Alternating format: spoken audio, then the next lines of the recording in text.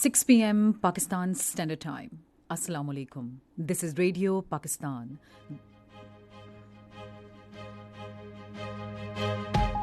The news read by Sumaira Kamal. First, the headlines.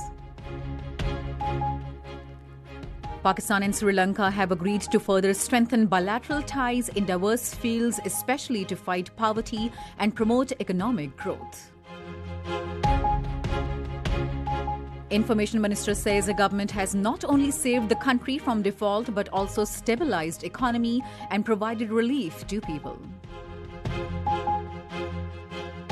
Planning Minister has underscored the need for establishing engineering universities to promote industrialization in the country. Pakistan's paramilitary delegation will participate in Parliamentary Forum on Sustainable Development Goals in New York tomorrow. In Indian illegally occupied Jammu and Kashmir, Indian troops, in their fresh act of state terrorism, martyred 2 youth in Poonch district today. On the second day of first cricket test against Sri Lanka at Galle, Pakistan in their first innings were 221 for 5 at stumps today. And now the news in details.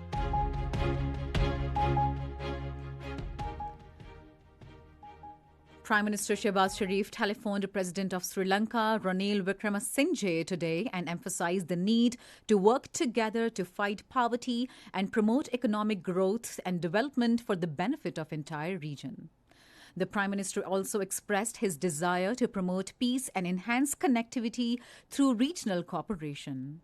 The two leaders fondly recalled the close and cordial relations and immense goodwill between the peoples of the two countries.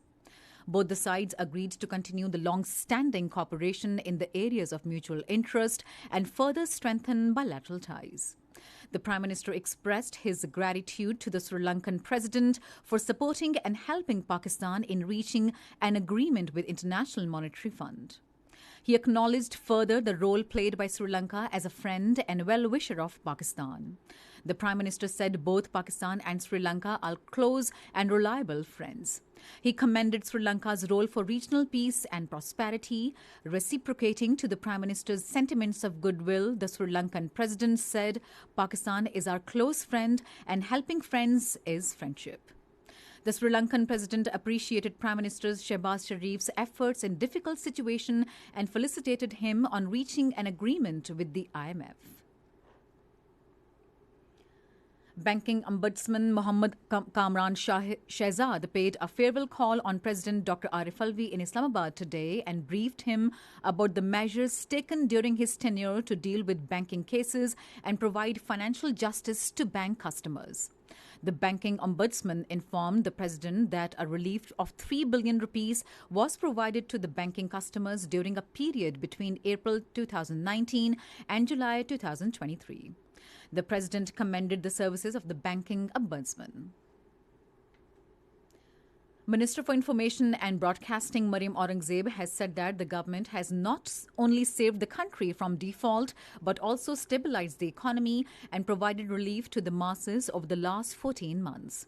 Highlighting the achievements of the government in various sectors at a news conference in Islamabad today, she regretted that the previous government of PTI destroyed the economy, plundered the country, and left it at the verge of default.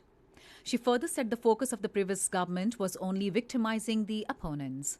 The Information Minister said that we are leaving behind a stabilized economy and the dividends of which are also coming to the fore. Maryam Aurangzeb said we have added 3,900 megawatts of electricity over the last 14 months. She said no megawatt was added by the PTI government during 4 years. She further added that we have reduced our dependence on furnace oil for electricity generation to zero. The Information Minister said discounted oil has started arriving from Russia, while we have also signed an agreement with Azerbaijan for cheap gas.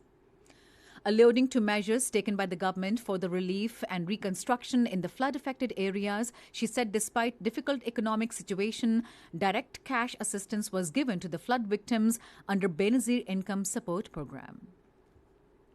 She further said, we also gave Kisan package to turn the challenges of food into opportunity for the farmers. She said, resultantly, the country registered a record wheat crop this year.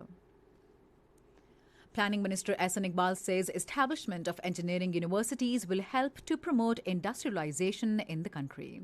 He stated this while addressing a ceremony at University of Engineering in Narwal today. He said that development and progress cannot be achieved without incorporating the latest technology, and it is beneficial for the country. He said that endowment grant has also been established through which university will meet its expenses. Further, Ehsan Iqbal said PMLN government believes in facilitation of the students and provide them latest equipment to enter in the digital era. He said that PMLN had distributed 1 million laptops in its last tenure. He said further that we are exclusively focusing on artificial intelligence, as artificial intelligence is the future of the world. Ehsan Iqbal said that stock market has been restored due to prudent policies of incumbent government, and country is heading towards progress and development from last year of coalition government. This is Radio Pakistan. Parliamentary delegation led by National Assembly Deputy Speaker Zahid Akram Durrani will participate in Parliamentary Forum on Sustainable Development Goals in New York tomorrow. According to the details, the delegation will participate in the forum to mark a midpoint in 15-year run towards sustainable development goals. The theme of the meeting is the midpoint toward the SDGs, taking stock of parliamentary action. The forum will review the successes, failures, and redirecting efforts accordingly. Relief and rescue operations by Pakistan Army are underway in the flood-affected areas of the country. According to details, Pakistan Army carried out relief and rescue operations in 14 flood-affected areas of Bahawalnagar, Minchinabad and Chishtiya. The victims, including children, women and elderly people, were shifted to safer places. The army troops also distributed ration and water among the flood victims. A grand rally was organized by overseas Pakistanis to support Pakistan Army and its martyrs in London. A large number of overseas Pakistanis residing in London and its suburbs participated in the rally and lauded the services and sacrifices rendered by Pakistan Army. They demanded to hold the people involved in the 9th May incidents accountable. Indian troops, in their fresh act of state terrorism, martyred 2 youth in Indian illegally occupied Jammu and Kashmir today. According to Kashmir Media Service, the youth were martyred by Indian military and police troops during a violent cordon and search operation in the general area of Poonch district.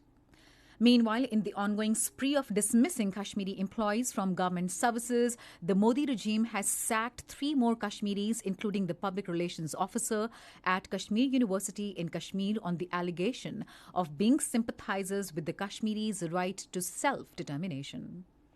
People's Democratic Party President Mehbooba Mufti, while denouncing the dismissals, wrote on Twitter that BJP-led Modi government does not believe in democracy and stokes communal hatred and religious bigotry. She further said that it is why several Kashmiri employees have been terminated on the pretext of being anti-India and so-called security threat. Kashmiris on both sides of line of control and across the world will observe the accession to Pakistan Day on Wednesday with a renewed pledge to continue the struggle for freedom from Indian occupation and merger of Jammu and Kashmir with Pakistan. It was on 19 July in 1947 that representatives of the Kashmiris unanimously passed the resolution of Kashmir's accessions to Pakistan during a meeting of the All Parties Jammu and Kashmir Muslim Conference in Srinagar. In South Korea, the death toll after days of torrential rains has reached at 39. Among the dead, 13 people were killed when a bus trapped in a flooded 685-meter-long underground tunnel in the town of Osong. At least 7 people were killed after a 5-story building collapsed in Egyptian capital, Cairo.